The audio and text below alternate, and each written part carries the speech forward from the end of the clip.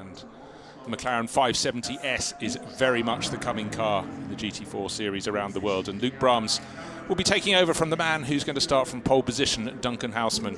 Veteran Dutch racer, knows these circuits and this class of car incredibly well, but what a long racing career he has alongside it. But a new entry in the championship, RYS team Schönremmer, Achim Mortel will be going solo and starting the best place, the KTM Crossbows.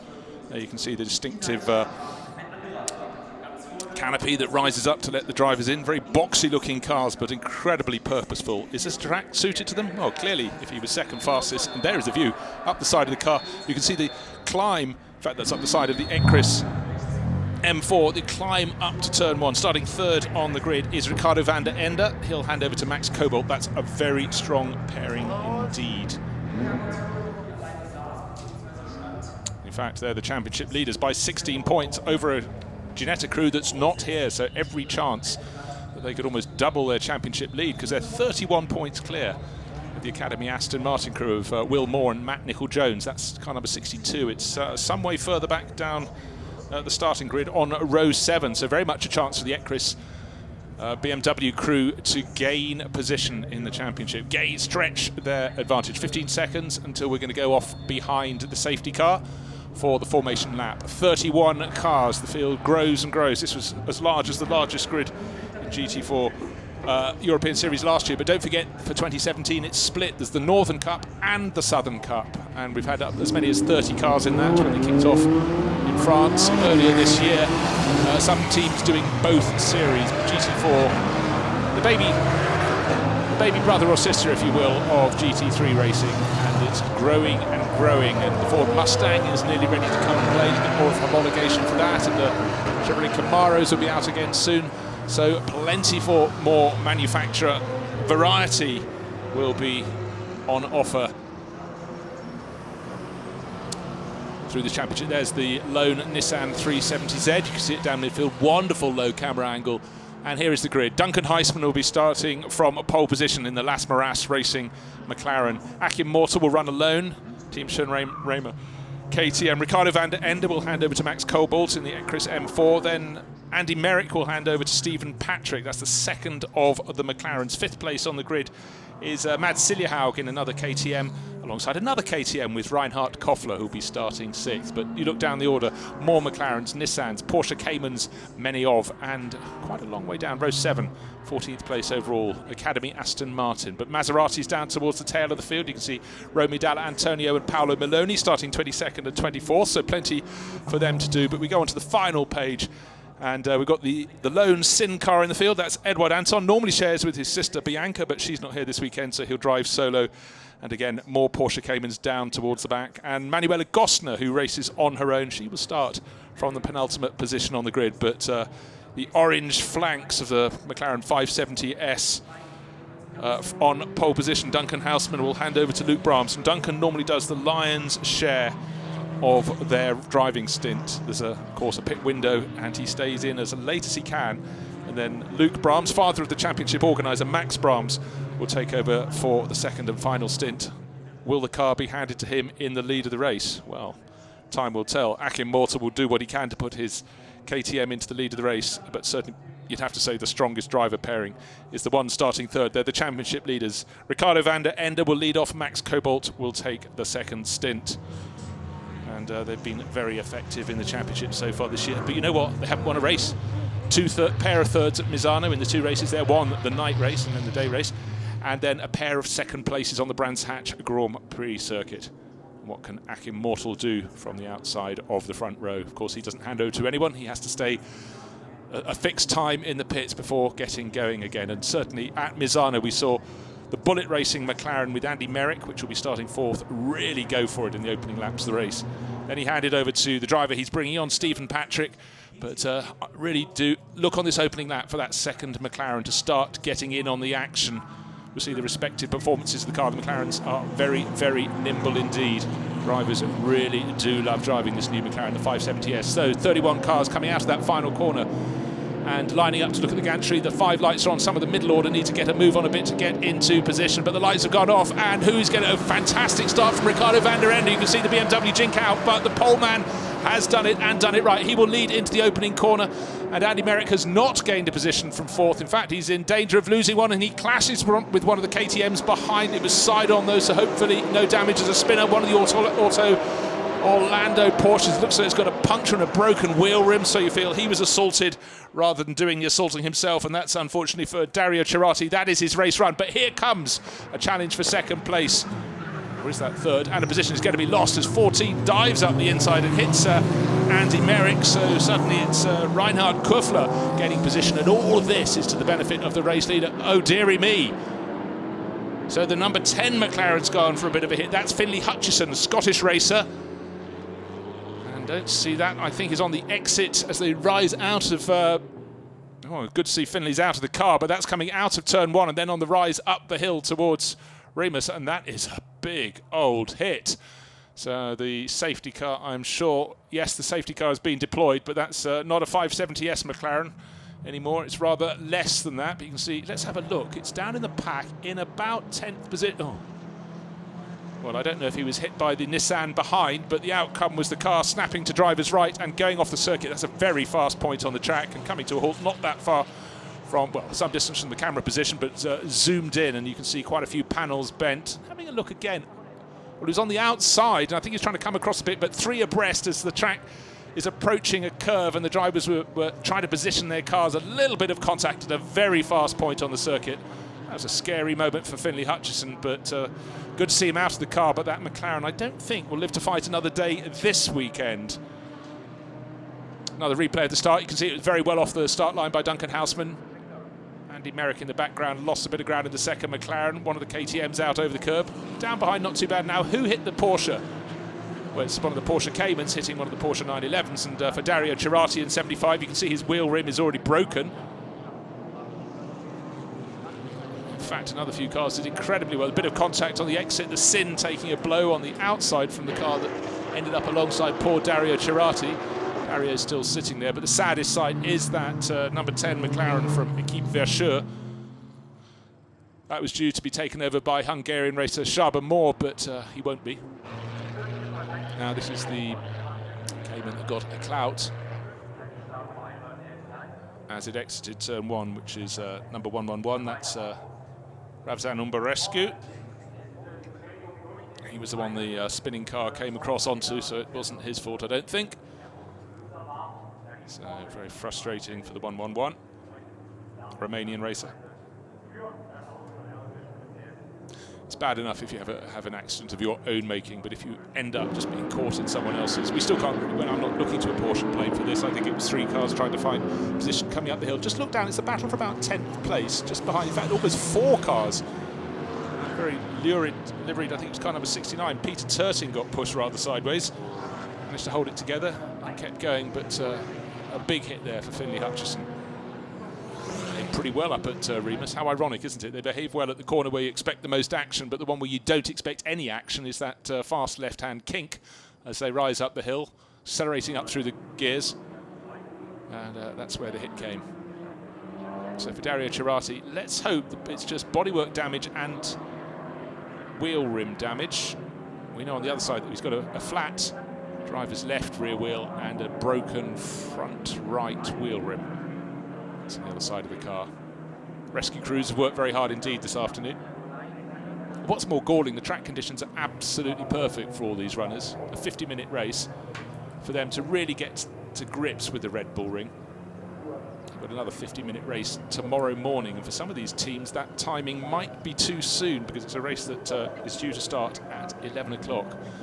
So there'll be a lot of work for the mechanics. Some cars clearly more damaged than others, but behind the safety car, it's Duncan Houseman leading the way from number 8, who did well to advance on that opening lap, which is Ricardo van der Ende. Andy Merrick up to third, and the driver who's started down in 6th, Reinhard Koffler, up into 4th place. And in among all of that, if you look down the timing screen, you have to look for the driver who started 2nd, Achim Morton, is down in 6th. Driver immediately ahead of him is number 76, which is Alessandro Giovanelli. So at least one of the Auto Orlando Porsches is still going. You see the slope of the the circuit there. You can see the fluids have trickled out of Finley Hutchison's very broken McLaren and now dripping across the circuit to the extent you can see them being splashed by the drivers working their way up the hill.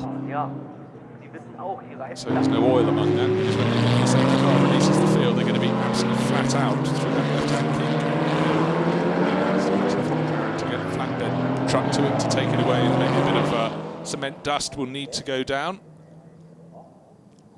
And it has been adjudged that the incident between that GT4 McLaren and car 23, they do think there might have been contact with Charlie Fagg's Sean Walkinshaw Racing Nissan. That's under investigation.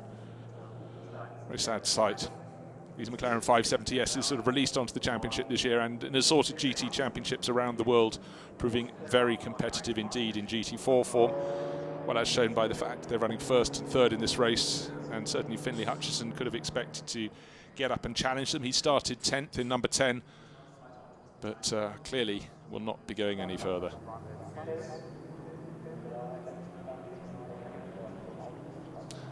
Fans remain good-natured, if quite hot. A little bit of a breeze here, which should be welcome, swinging around. Okay, but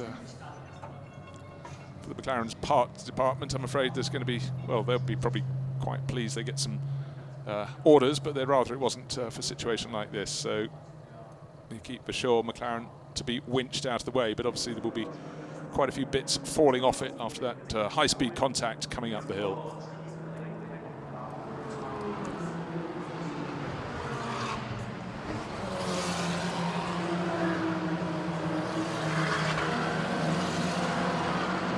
So 1-1-1 brought back in. It was a short race, unfortunately, for Mavzan Umbarescu. Caught up in that incident, sort of midfield incident, if you will, at the top of the hill. So many a time you have a car spinning, going wide and then cutting back and going for a spin on the exit of the corner, coming back across the field. But in this instance, it was a Porsche being just hit mid-corner and pitch ran into spin. Car number 23 has come into the pit lane. This is the Nissan from Sean Walkinshaw Racing, driven by Charlie Fagg. And that is the one under investigation for the incident with car number 10 that ended up in the number 10 McLaren being, well, converted from pristine to exactly how you see it. It's easy to get the cars winched away when there's less of the car than there ought to be. But of course, they're strapping very well indeed. A couple of the Viorba course Lamborghinis coming around. There's the one in any Sin, Bulgarian-built car. A lot of Porsche Caymans, a lot of KTM Crossbows. They've been the staple diet GT4 for a couple of years now. Very popular, very great fun to race. These 570Ss, though, seem to be on a bit of a different plane. This one, unfortunately, is not running as it left the factory. The tractor going to drag it down and put it behind. You can see the opening in the wall in the background.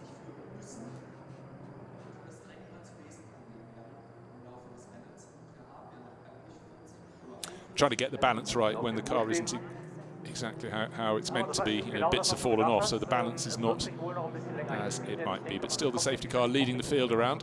Another incident under investigation is the one that had Dario Cerati losing out, and Wolfgang Risch from Liechtenstein is the driver of the HP Racing Porsche Cayman, who presumably is the one that might have had a bit of contact with it, which the silver grey and bright green Porsche Cayman from HP Racing. We did see one get up the inside of Dario Cerati. So a very busy time in the race steward's office. So well done to the rescue crew. That's the GT4 broken McLaren being taken away to safety, and how much liquid is across the circuit. Well, obviously the confidence is not oil, because otherwise they'd be putting some cement dust down. But there's the safety car leading the field around. So Duncan Houseman started from pole position. We've got Ricardo van der Ende, who started in at third, tucked in behind. And Andy Merrick, who started fourth, is running. He's not third. He's third in line, and then number 14, Reinhard Koffler, in the best placed of the KTMs. So big field of cars, even with potentially 3 of them out of the running. Can't quite see if the number 23 Nissan has gone back into the race, but that came into the pit lane a short time ago. In fact, I would think it was caught by possible closing of the pit lane that I can see from my commentary position. The red light, didn't see if he got back out before it went while it was green. But the first three, some distance away, the driver in fourth place, Reinhard Koffler, needs to sort of keep up because the safety car is in this lap. And look how strong they are. They've got the first three, big gap, the next three, another big gap. So these drivers really need to get a move on. Giovanelli in fifth will be getting frustrated. He can't overtake the car in front of him. Achim Mörtel, who started the outside the front row, is in sixth. Likewise, so they really need Reinhard Koffler to catch up with the group ahead. He won't be close enough to even see the lights go off on the roof of the safety car. These cars should be nose to tail. The first three are. Now we've got Reinhard Koffler starting to close in. Of course, the driver who can dictate the getaway is the driver at the front of this train of cars. It's Duncan Houseman. So many years of racing experience for the Dutchman.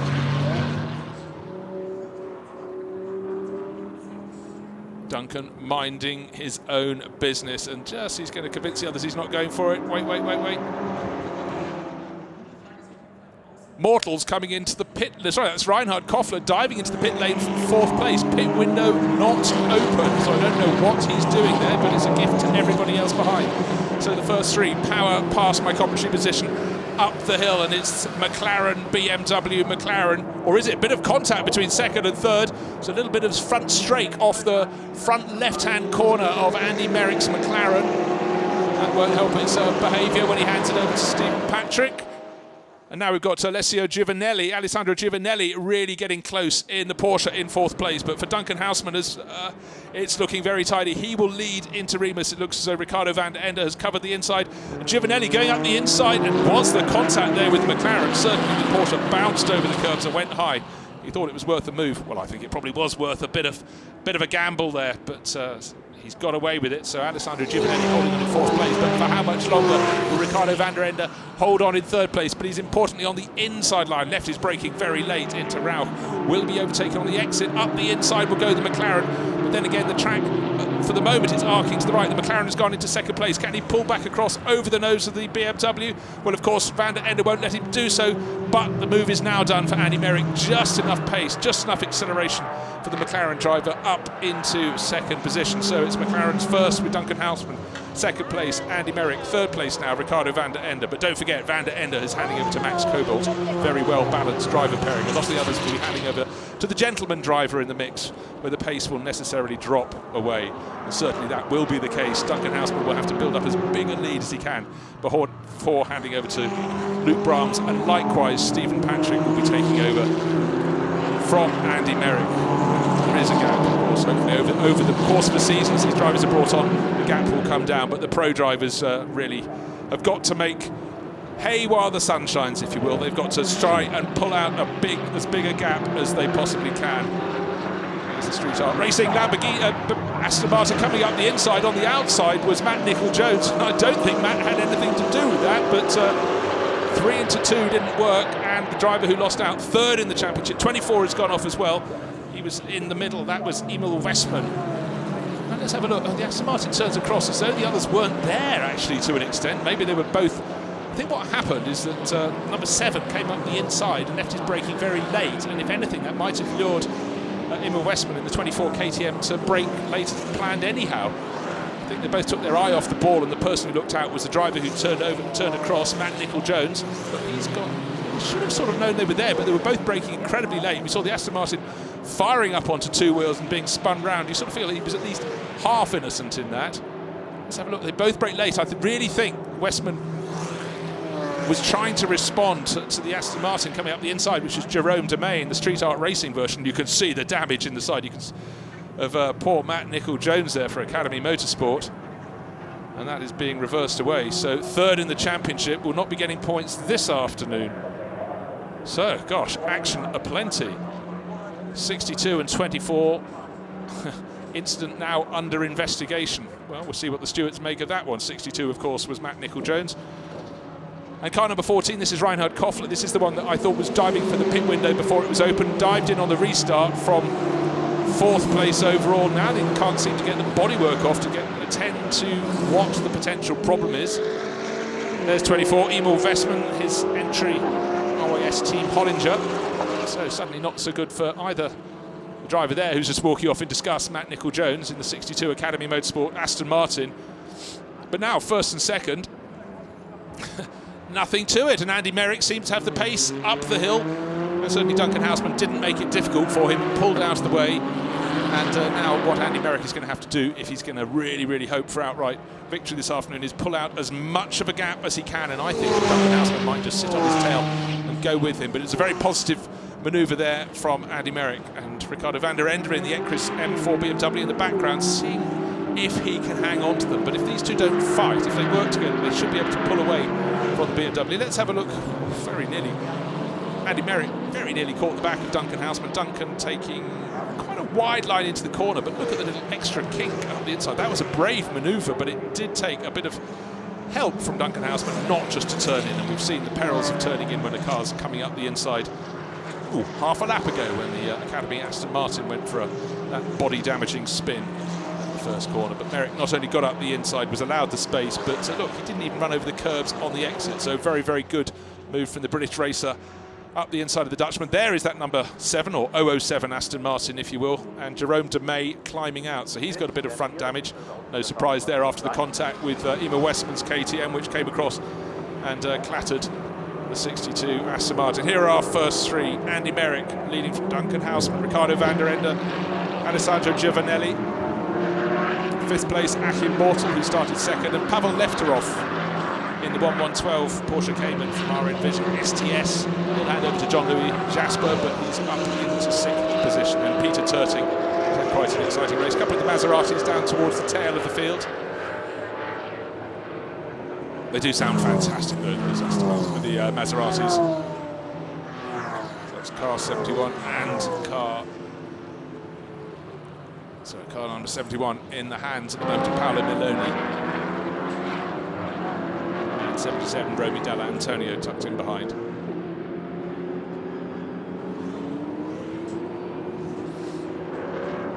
a pair of Maseratis looking very different indeed. 99. This is the racing team. Wojciech Kipalo and Łukasz Zielski, Polish pairing.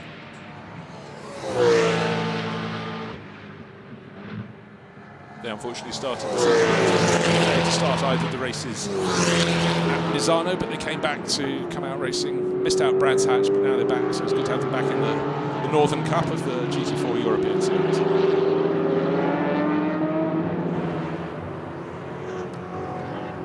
So 93 there is the Italian racer Manuela Gosno, who races on her own.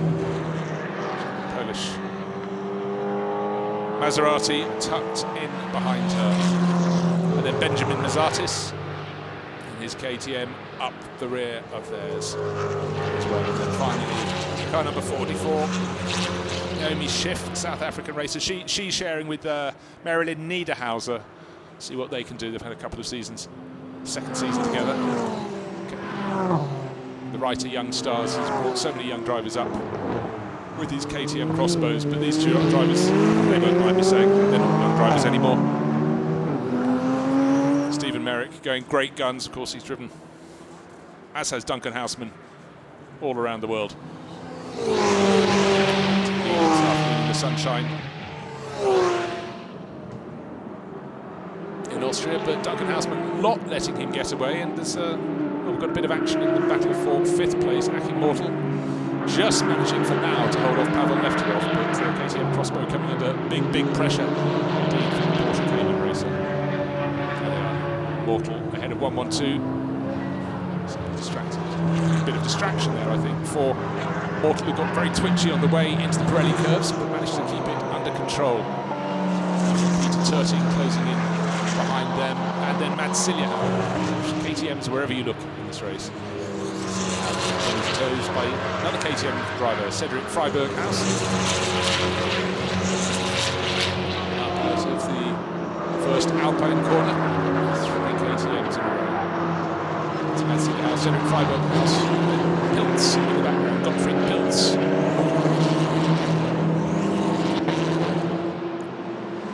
First to second, 0.6 of a second between them. That is all. second, third, double that, 1.3 seconds between Houseman and Ricardo van der Ende. Being sideways moments there from, I think that was Cedric Freiberghaus. Yeah, he just got ahead of Mad Siljaug. Yes, positions swapped, and you can see he very nearly threw it off the circuit at the top of the hill. So the pit window is open. Anyone fancy coming in? Certainly you don't expect the top two to be coming in. They will stay out for a while, as will, well, actually, it's easier choice for Ricardo van der Ende in third place as to when he wants to come in. So Maserati, Viorba course, have decided they will be the first ones into the pit lane, but this is a driver who's not changing over. This is Manuela Gostner. She will come in. She will stay in the car. They will keep a watch on the car. They'll check the tyre pressures. They use the most of the time they have to be at a standstill. And that's one of the things, is a minimum time you're allowed to be at a standstill. You get success penalties if you get top 3 positionings. You have to have extra time in the car at the standstill in the pit stop. But Manuela Gostner hasn't succeeded enough to get success penalties. She will stay on board. Nobody to take over from her. So here is our race leader, Andy Merrick, just starting to, he was 0.626 of a second clear last time around. As you can see, top 4 not bothering to come in and make their pit stops, their driver changes. Normal 5th, 6th, 7th, 8th, I wouldn't expect any of the top 10 to do so. In fact, the driver, I think, in 10th place, Gottfried Pils, number 34, yep, so it is, has been the first pit caller among the top runners. So into the pit lane he comes, and the gap between first and second went out by just over a quarter of a second, 0.908 of a second. Duncan Houseman is now behind Andy Merrick, Ricardo van der Ende, keeping them honest, keeping them on their toes. And there is the first pit visitor, well, the first one who's come in for the right reason, which is to make a driver change. It's the RIS Team Kiska crew. And the number 34 entry, that's Gottfried Pils, the less experienced driver, handing over to Lennart Marianek, and he's a smaller driver, you can see. So he takes his seat insert out. It's just a different insert. In fact, there's not a great deal of difference in height. So maybe they're built in slightly different shapes. So in goes Lennart Marianek, and he knows these cars very well indeed. On board, Lennart raced them in 2016, came 9th in the GT4 Euro Cup. And he started this season with victory in the opening race, and sharing with Jonathan Cecotto, one of the other Cecotto offspring. Misano, 1st and 6th place at Misano. Still looking to see as the drivers start to get ready to take over for the second stint in this race. Here is our car in second place. Race leader, Andy Merrick. Again, the top 3 resisting the lure of coming to the pits. And Andy Merrick is just gaining over the course of the last couple of laps. The gap was 0.6 of a second, now 0.9, and I think it's going to be over a second this time. Let's have a look. Just waiting for the timing interval. 1.594, so nearly 7/10 of a second gained on that lap alone. So Andy Merrick is doing what all the top drivers have to do, maximising their time in the car, and certainly they will have to maximise their in-laps. Whereas a lap ago, the 2 McLarens were closer together, and Ricardo van der Ende hanging off the back a little bit. Now it's van der Ende who's closer to the middle McLaren, if you will, to Duncan Houseman. Then you can see that big gap. Giovanelli's come past in 4th place, but the battle for 5th really, really tightening up. Pavel Lefterov has got a lot of pressure on his tail. Driver Achim Mortel, who started on the outside of the front row, made the most of good positions in qualifying. But Peter Turting has fallen down. He lost a couple of places on the last lap behind the 2 KTMs that are now in front of him. Cedric Freiberghaus and 64, which is Mad Siljaug. So Turting must have had a little bit of a slip up to fall to 9th place in that number 69 Porsche Cayman. The window's still open. Let's see, will any of the top 5 or 6 runners come in this time around? We'll get to know shortly, but Andy Merrick is doing his most. He just set the fastest lap of the race last time around. The one and only Sin R11 in the race is sitting there. Edward Anton will not be getting out. He will be keeping on board. Porsche Cayman time, number 20, coming to a halt, and Franja Kovac will get out, and a Schumacher will get on board. It will be Cora Schumacher, his wife of Ralph. Slightly different shapes, as you can see. Cora's more made for speed. Franja Kovac more made for comfort. I don't think you'll mind me saying that.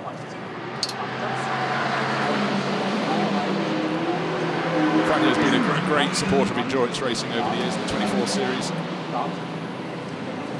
His Beza Class business. Put some very interesting cars out around the world to race. But I think we can certainly say that the Mini he raced in the past is somewhat different to this Porsche Cayman. Und vorher waren sie ja mit derselben Lackierung auch schon in der Mini-Trophy unterwegs. Ja, also das hat mittlerweile ja Tradition, dieser Klasse. So pit stop still coming, but not for the top runners. Certainly the number 20 crew, they qualified down on the 14th row. And Cora Schumacher, when she's given the signal, will be going back out into the race. I think any moment now. Let's wait to see when the first of the real top runners come in. Number 54 has just come in, not 94.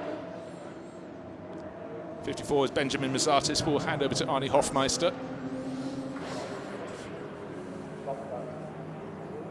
Number of cars have been warned they must respect track limits, but it's not affecting any of the top runners, I'm glad to report. So Cora Schumacher back into the race. Keep an eye on that pit window open signal at the top of the screen. Tricky pit exit here. It really tightens on the drivers. So there goes Cora Schumacher accelerating up the hill. Afternoon sunshine glinting off the windows of her number 20 Porsche Cayman. Gap between first and second nearly 2 seconds now. So bit by bit, Andy Merrick is doing an ever better job. But Ricardo van der Ende has come in from third place, the Ecris M4. There it is, into the pit lane. Also from fourth place, Alessandro Giovanelli. I mean, a really, really good run for Auto Orlando Porsche crew. He's so far this year not been in the points. So number 76 come in from fourth place, and BMW from third. But the top two McLarens continue on their way. Just over 2 seconds between first and second now. So, oh dear, is it supposed to do that? So having pushed really, really hard, it's smoking under the rear deck of that Auto Orlando. Out with the paper towels. Getting ready now. Let's have a look at the replay. A couple of...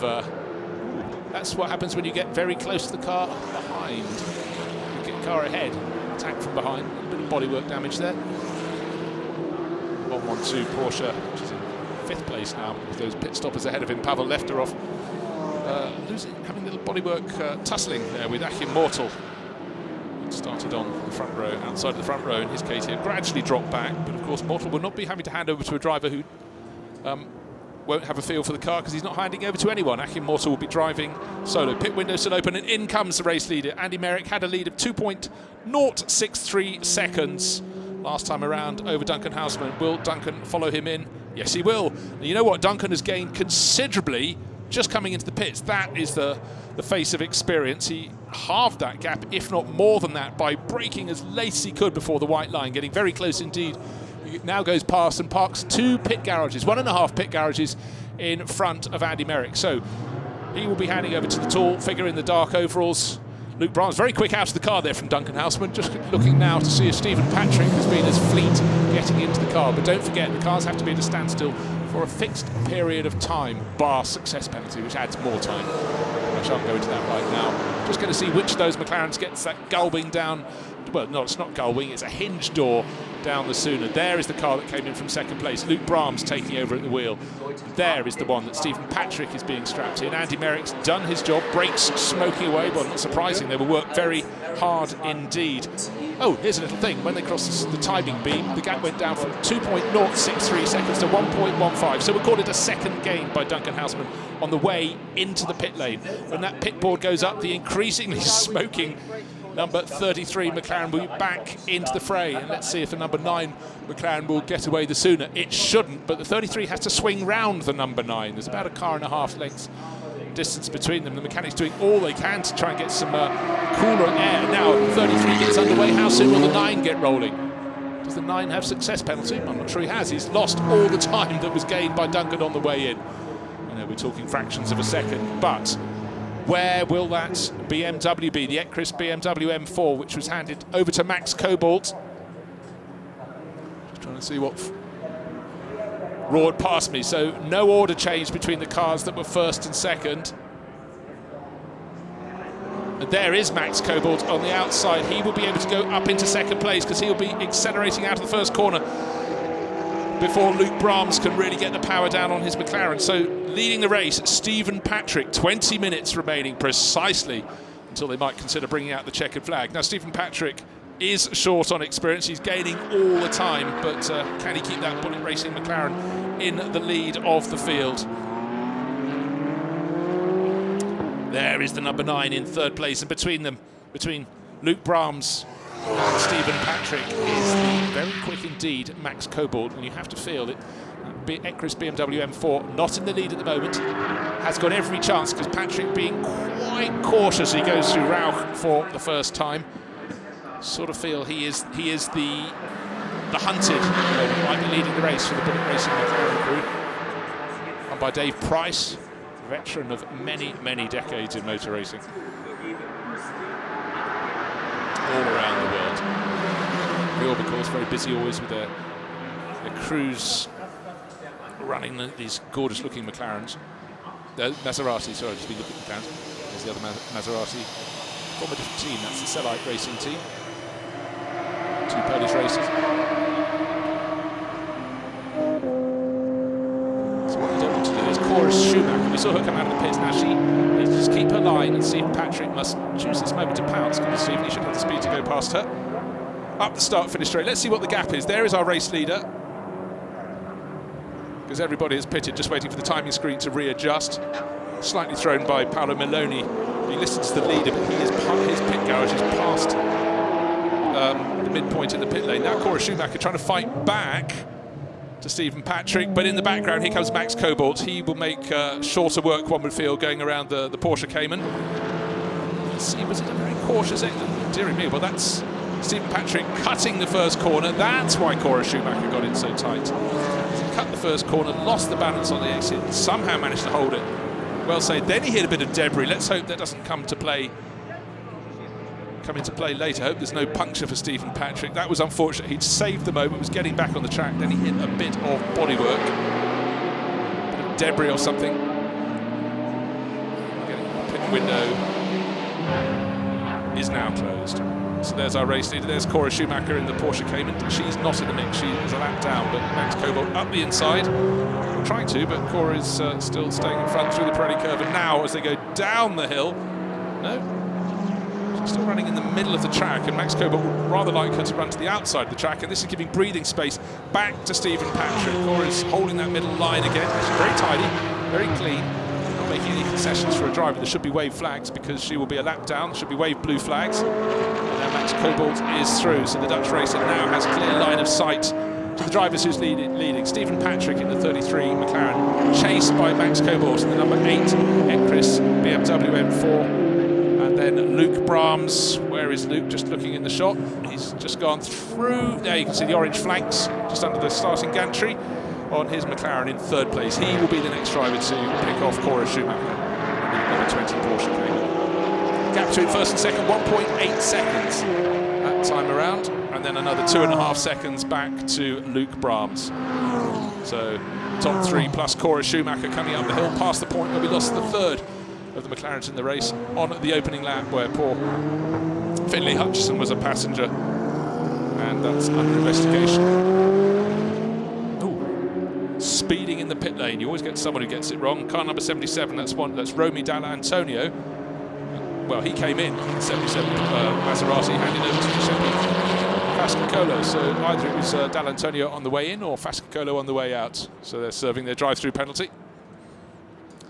A couple of these KTM crossbows seem to be just welded together.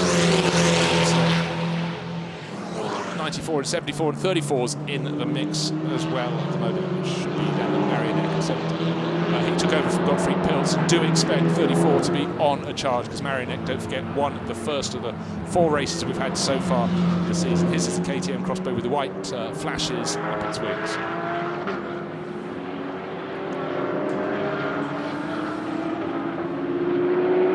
Seem to take all sorts of lines through Rauch. It's such a tricky corner, but you can see there's a bit of bodywork damage there. Is that started by Peter Turty? It's number 69. Yes, it is. So Daniel Rhymes has taken that over. Unfortunately for him, we saw one lap where Peter lost 3 positions, presumably went out over the curbing, and that's why that front splitter is flapping around, which will be frustrating, hindering, and just put doubts into the into Daniel's mind as he goes around the circuit. He's got Edward Anton chasing on. Edward very, very young indeed and gaining experience. Hand over fist. He's got several years of being a teenager behind, to go. Made a few mistakes in the opening couple of races. Seems to be driving much more aplomb. Car 64. Just seen that KTM crossbow gaining another position. That's Jamie Vandenbelt, took over from Mads Siljehaug. But this is the one who'll be really gaining position. It's number 34. Can he make it stick up the inside of 74? It's a marionette. Yeah, no problems at all as he goes past 74. Laura Kryhammer, we saw her take over. We saw her in the pits before she took over from Cedric Freiberghaus. But in terms of form, Lennart very much the driver who can make KTM crossbows dance to his tune. Another look at the replay, and well done Laura. She kept out of the way. She saw him coming, left him plenty of space, didn't even run off the circuit herself. So that was driving very much within her limits and very sensibly too.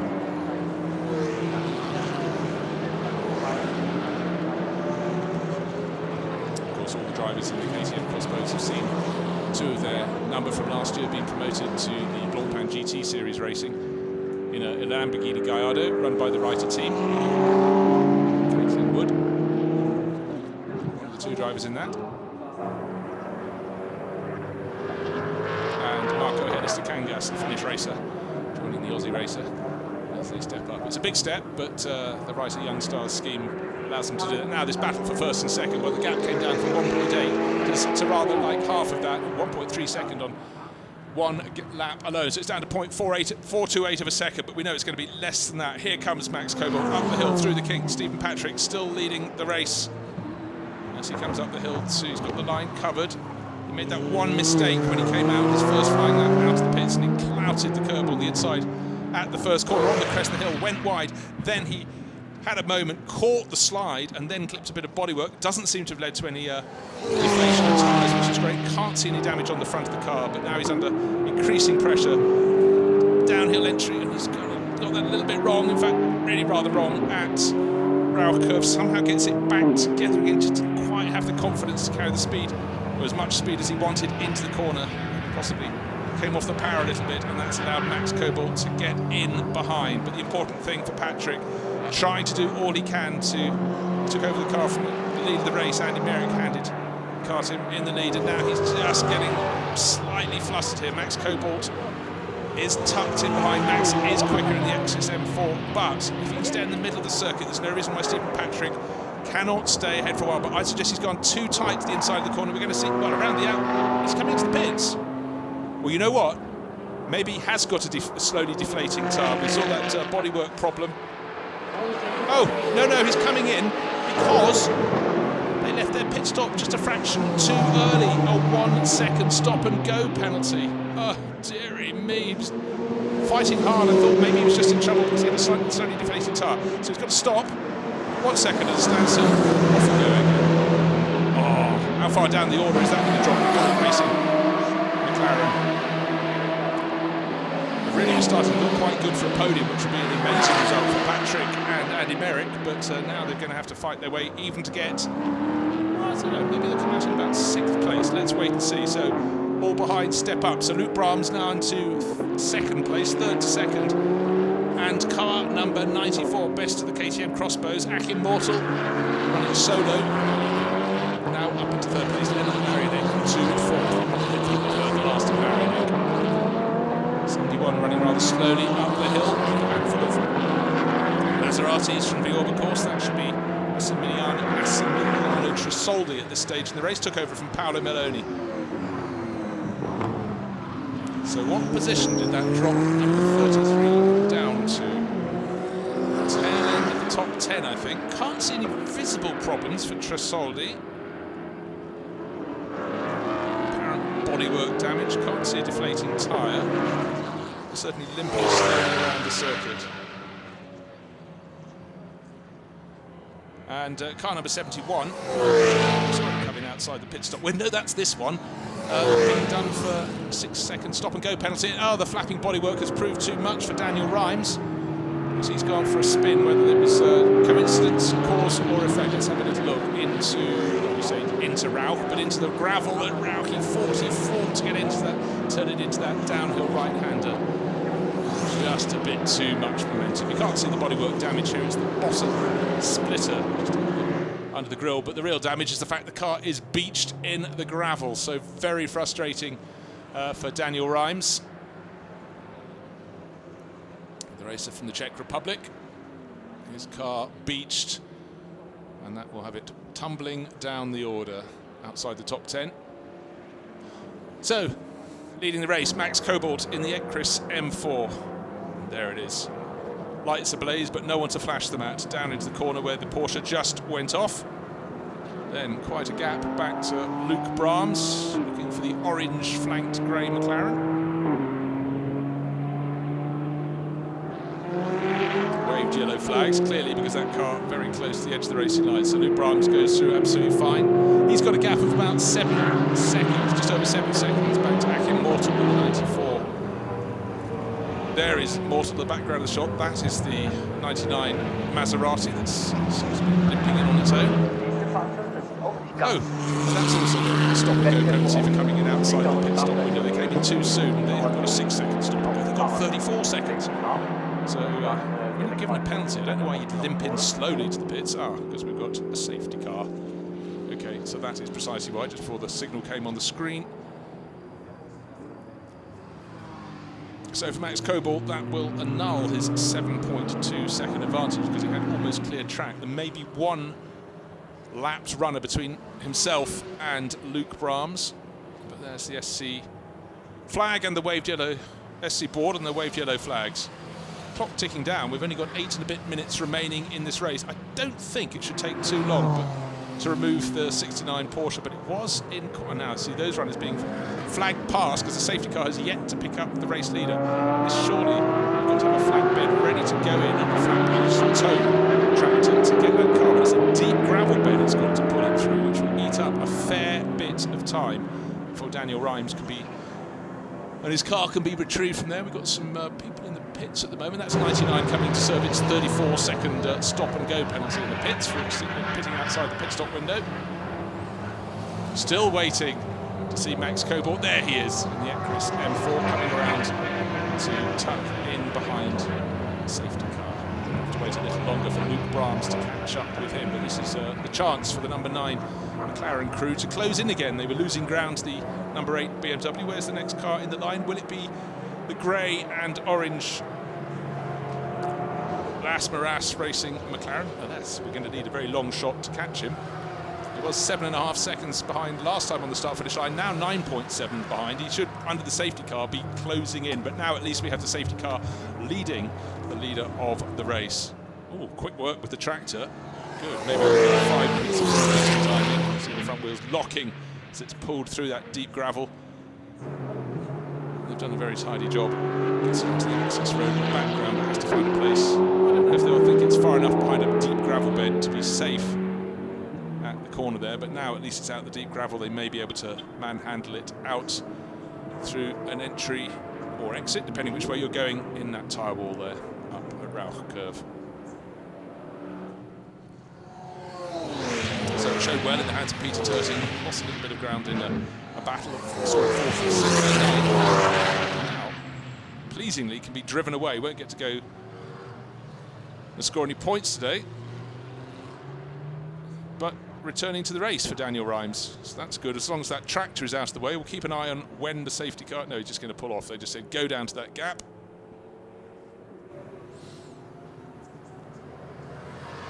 If those reversing lights come on, we'll see the car go back through the gap.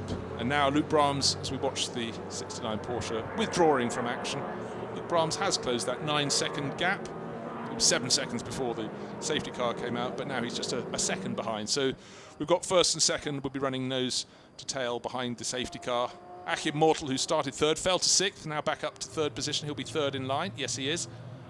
Then the car you need to watch, the white-nosed KTM Crossbow, Lennart Marianek at the wheel. 5th place, car number 74. is Laura Kryhammer. She's somewhere, but there's some other cars in between. 64 is in 6th, which is Jamie Vandenbalk, but just looking down that run of order. There's our race leader. 2nd place is Luke Brahms. Still the waved yellow flag. Still no message. Safety car message on screen in this lap. So I think the top 4, we've got them in race order. Then we've got someone who's not in the mix. Just trying to see if it's just the one car ahead of... Yeah, then it's... Yeah, there's one Porsche Cayman that is a lap or so behind. All our runners now. Quite hard to pick out the lights, but they are still flashing on the roof of the safety car. That Porsche is the one that's not in the mix, just turning into Ralph. That's behind. Fancy shot at the points. And the points run from 1st down to 10th place.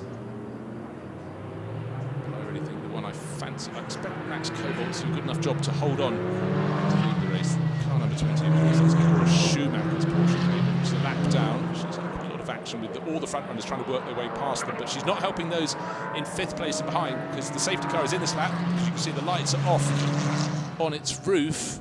She needs to be really close to help those 2 KTMs behind her and the Porsche Caymans behind to really, really fight to see if they can get up to the very front end of the field. But it's advantage very much with Max Cobalt leading the way around. Beautiful afternoon here. Summer sunshine. GT4 European Series Northern Cup enjoys its visit to the Red Bull Ring. Another race tomorrow, another 50-minute race. But down goes the hammer and away goes Max Cobalt. Now can Luke Brahms get anywhere close to him, or is he going to keep on losing ground? Look to the 2 KTMs behind. Akin Mortal very much quicker than Luke Brahms through the final corner, and Leonard Marionette weaving away behind. They can't pass until they get to the green flag. Now they've passed the green flag. You can see both the KTM drivers checking themselves. Everybody else behaving pretty well. In fact, the pack got somewhat strung out. Bit of a challenge coming up from 1-1-2 with the Porsche with Jean-Louis Jasper. They're both all 2 KTMs ahead of him, and Cora Schumacher ahead of them. One position is being grabbed there, I am sure. Down in the back, Stephen Patrick is falling in that. Down to 10th place. Wait, his McLaren's just in the back of that pack. Don't forget, it led the race in the hand of Andy Merrick, but the race is being led. And the 2.5 minutes remaining until the checkered flag can be unfurled by Max Cobalt and Luke Brahms. A very good restart for the Dutch racer, well, both Dutch racers, for the BMW racer, has stretched that advantage.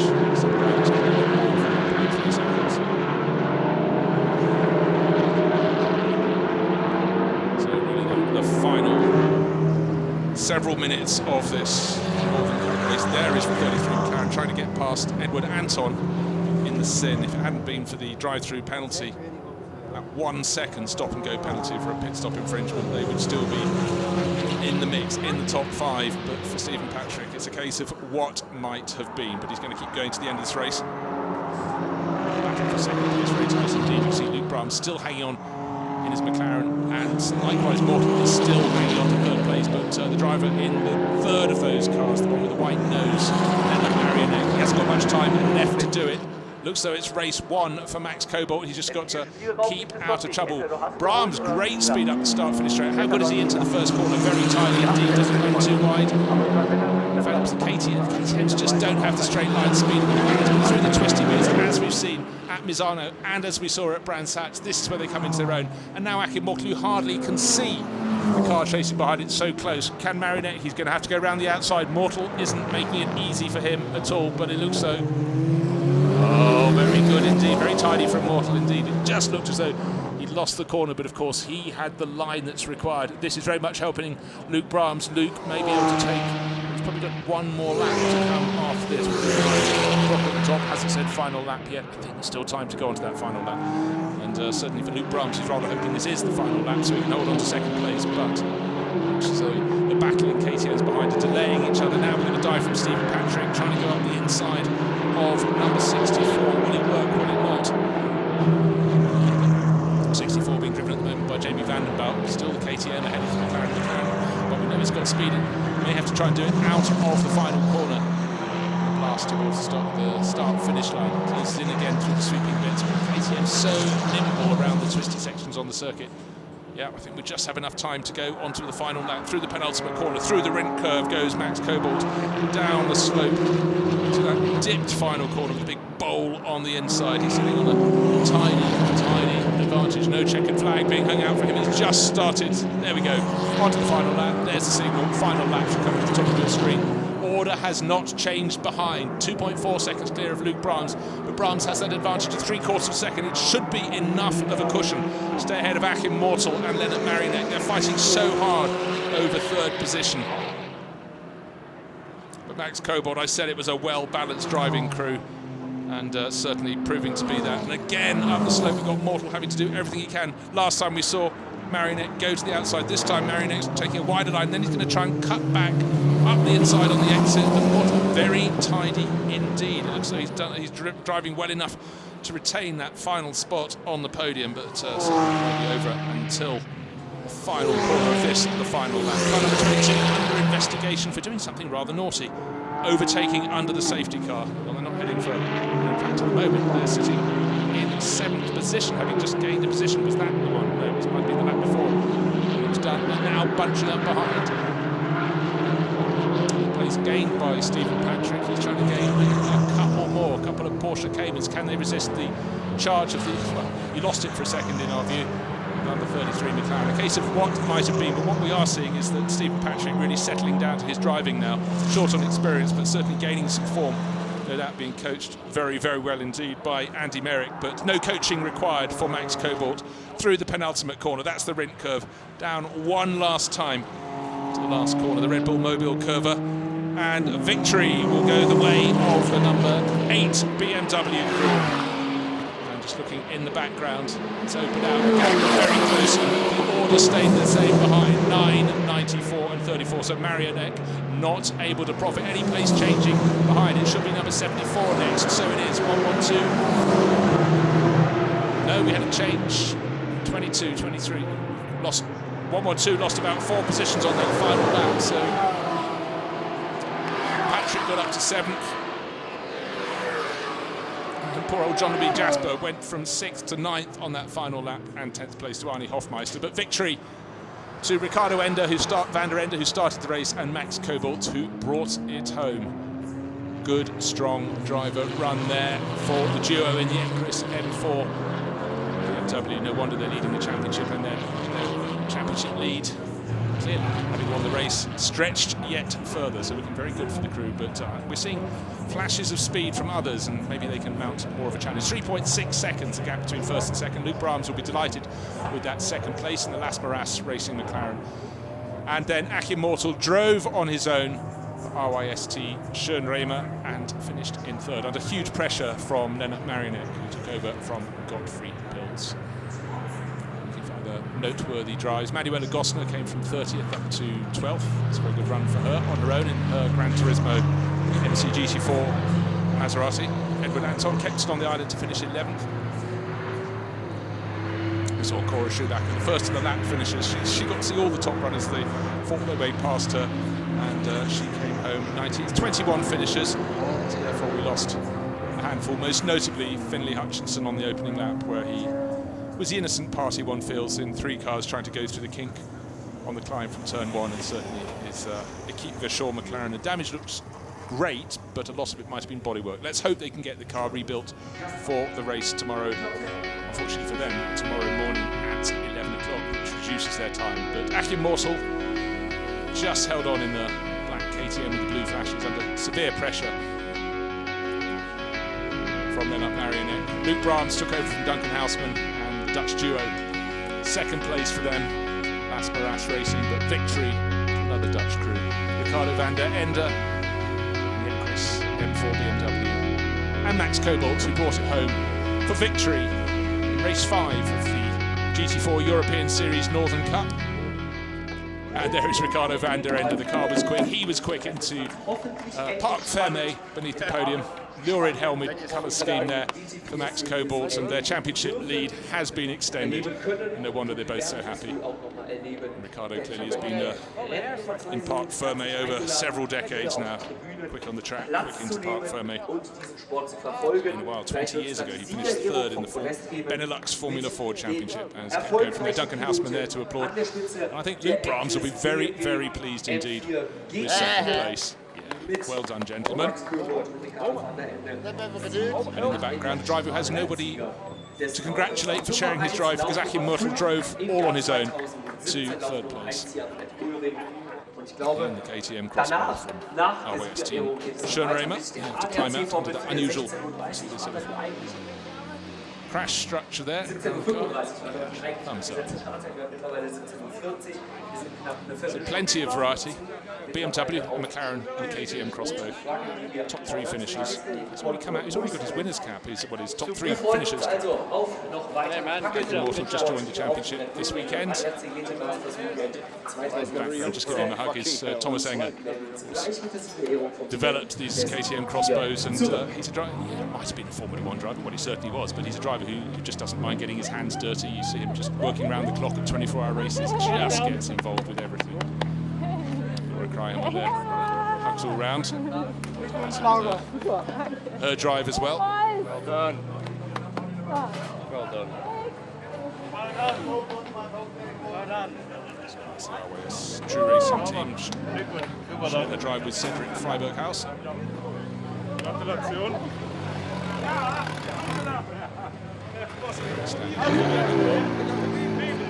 So, an interesting race. Quite a few teams will have to make sure they keep their drivers stationary for just a second or two longer. There's a few drive-through penalties for not getting the pit stop time right. There's a minimum pit stop time. We saw it at Misano. We certainly saw it at Brands Hatch. And how to ruin your race for dint of just going off a second or two too soon. Way more by coming in for a stopping penalty. Drivers all have to learn. It's communication with the whole team as well, of course. Kryhammer, Cedric Freiberghaus just over her shoulder.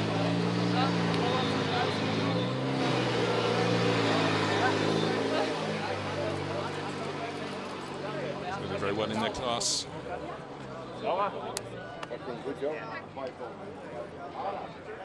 In the silver class, that's with the Pro-Am runners. And there is the Sin R11. Edward Anton, yes. Much happier. It's coming to him now. Saw a few spins from him, I think possibly from his sister Bianca as well, when we were at Misano, a couple of moments at Brands Hatch, and he kept his race very clean indeed here today. Finishes outside the top 10, but a good solid run for the Sin R1. Will tomorrow anyone have the answers to questions asked by the Ecris BMW M4 crews? We had safety cars that closed the field, bunched everyone up again, but they did look very strong indeed. Ricardo van der Ende just kept those McLarens in sight in the first leg of the race. We knew that he had a very handy second driver in Max Cobalt, and so they proved. Of course, the field was bunched and made closer by that safety car period towards the end, but when it got to the restart, Luke Brahms had no answers to the pace of Max Cobalt. He had to settle for second place as those two KTMs scrapped behind him, but victory going the way of the Ecris BMW M4. Ricardo van der Ende, and of course Max Cobalt, who completed the job. So for the Ecris M4 crew, 2/3 at Misano, 2 seconds at Brands Hatch. There seems to be a pattern here, a progression. First win in the first race here at the Red Bull Ring. Tomorrow morning we have no idea what the track conditions will be. The weather forecast is for good weather. Don't forget it was very wet around breakfast time this morning. Well, as long as you have your breakfast at 5, that is. But it's turned out to be an absolutely beautiful day here at the Red Bull Ring. Another great showing from the GT4 European Series. This, the Northern Cup, 31 cars coming out to play, just showing how this form of racing continues to grow and grow as it travels around Europe. Great to see the fans staying towards the close of play. We've still got one more race to bring two more races to bring the Saturday offering to a conclusion. We've got the ADAC Formula 4 race, half an hour of action coming up soon. And then it will be closed off by, in fact, a practice session, a qualifying session for the Trofeo Abarth Europe. So plenty for them to watch, and a packed field for the Again, 31 car grid. It seems to be the norm here at the Red Bull Ring. 31 cars will start the ADAC Formula 4 race shortly. But right now, just waiting for the podium ceremony to come up for the GT4 European Series Northern Cup. And I think for the championship leaders with an even bigger lead than they had before.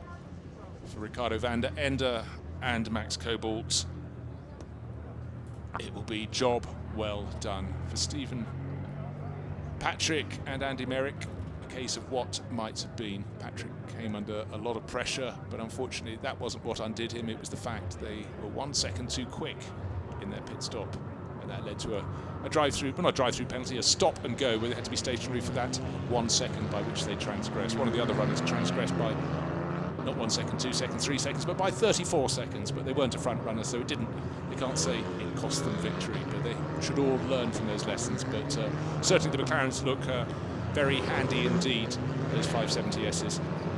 But the overall balance of the driving crew in the Equus BMW M4, Ricardo van der Ende and Max Cobalt, just too strong for anyone else to stay and play with.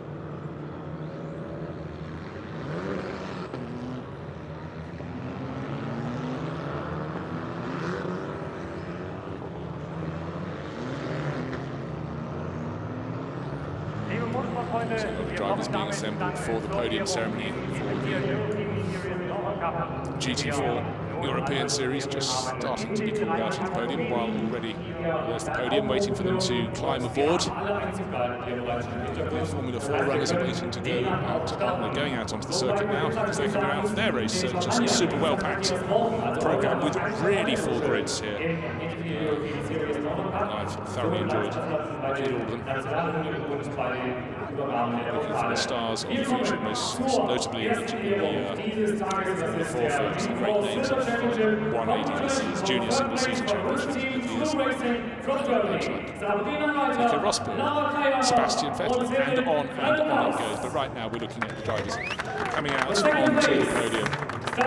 Ricardo van der Ende and Max Cobalt coming out to take the top step. First step on the podium occupied by the 94 crew.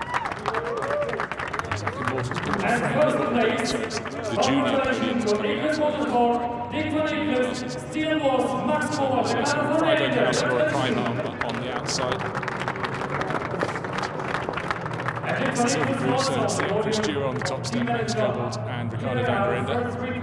Round, Cobalt's got the lead. Team, the national anthem from Netherlands.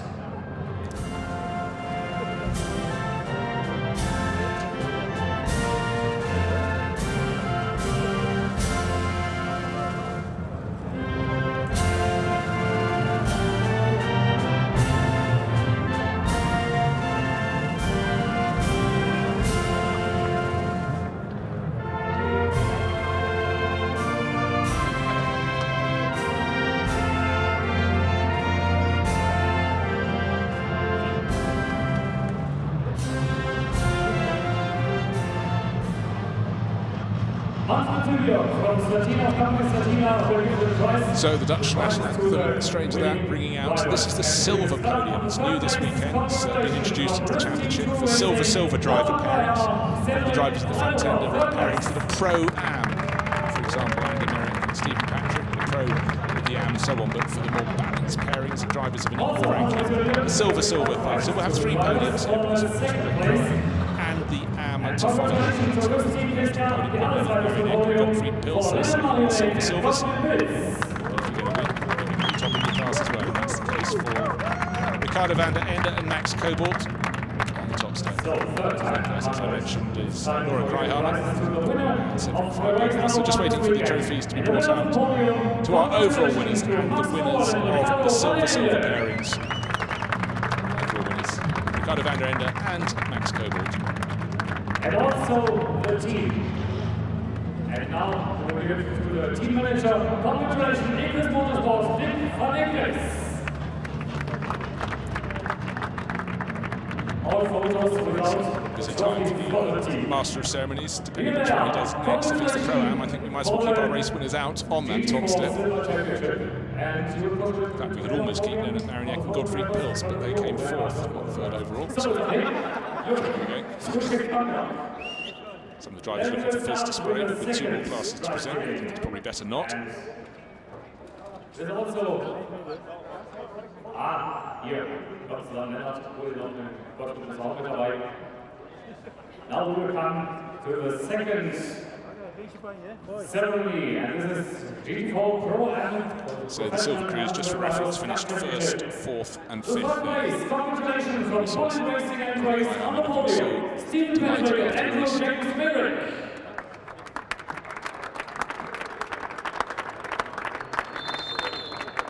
The second place from GT4 Pro Am. Congratulations to Elliott Racing, Jan Kasperlik, Timothy Stappel.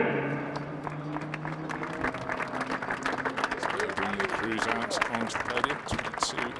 And the winner of GT4 Pro Am Cup Championship. Congratulations to Las Palmas Racing, Miras, Luke Barnes and Günther Horstberg. So welcome Duncan Hausman and Luke Barnes up on the top step of the podium, which is the Pro-Am podium.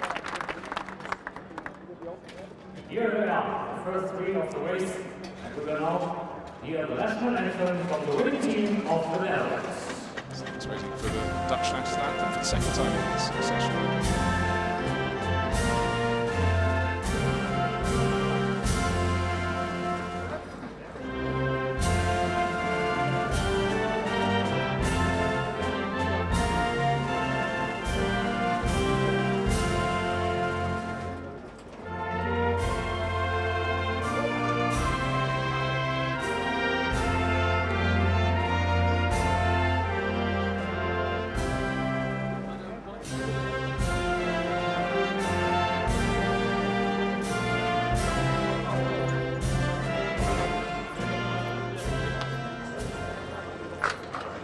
And now it's time for one little. So hats back on for Luke Barnes and Duncan Hausman on the top step. Third place, congratulations to Podium Racing and Race, Stephen Patrick and James Merrick. Should be 2 of them. Should be Jan Kasperlik and Timothy And Stappel. the second place from Elliott Racing. Third place, Congratulations on the upper just putting his side. cap on the right hand side of the podium, Stephen Patrick and Andy Merrick. This is the Pro-Am class. Lots to talk about. And the winning team of Proceed from there, but as I said, Luke Barnes and Duncan Hausman, they'll be very pleased indeed with their victories in the Pro-Am class, second place overall. And Chris BMW Crews. Yes, that's right. We will go together on the podium, please. Here they are, the first 3 places of GT4 Pro Am Cup Championship. Congratulations to you all. And now it's time for changing the flags.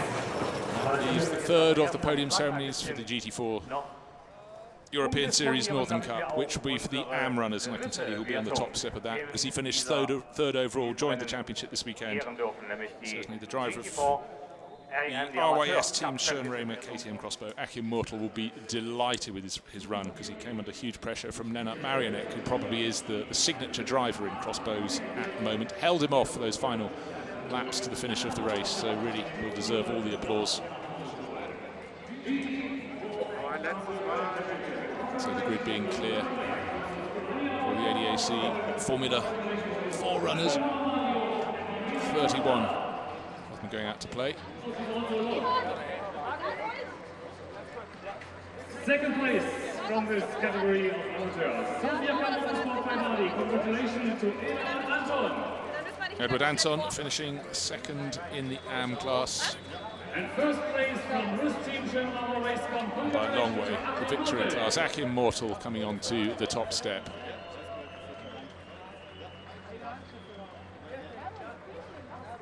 So here they are, the first 3 places. And Manuela Gosner finishing third in class. Okay, so Maserati. Here on the podium, and for the winning team, the national anthem from Germany.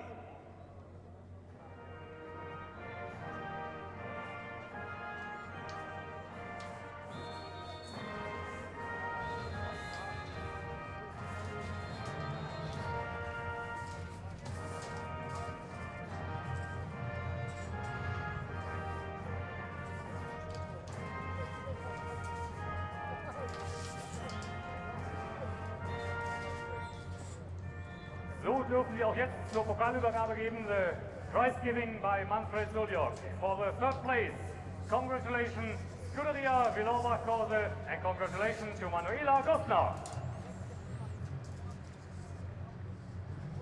And the second place also given by Manfred Suljok on the other side of the podium from Sofia Car Motorsport by Badi.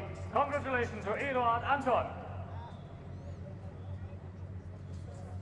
And also Manfred Suljok once again, please, for the winner of the race here, number 1 in. So that's all for now from Bruce Jones for the GT4 European Series Northern Cup, and it's time to cut straight into the action with the Formula 4 runners. Starting from pole positions, they go on their formation lap. Kiwi racer Marcus Armstrong. Michael Valter joins him on the inside of the front row for Neuhauser Racing Team, but it's advantage with the Prema Power Team, so successful, so many championships across the years. 31 cars, a real success story, the ADAC Formula 4.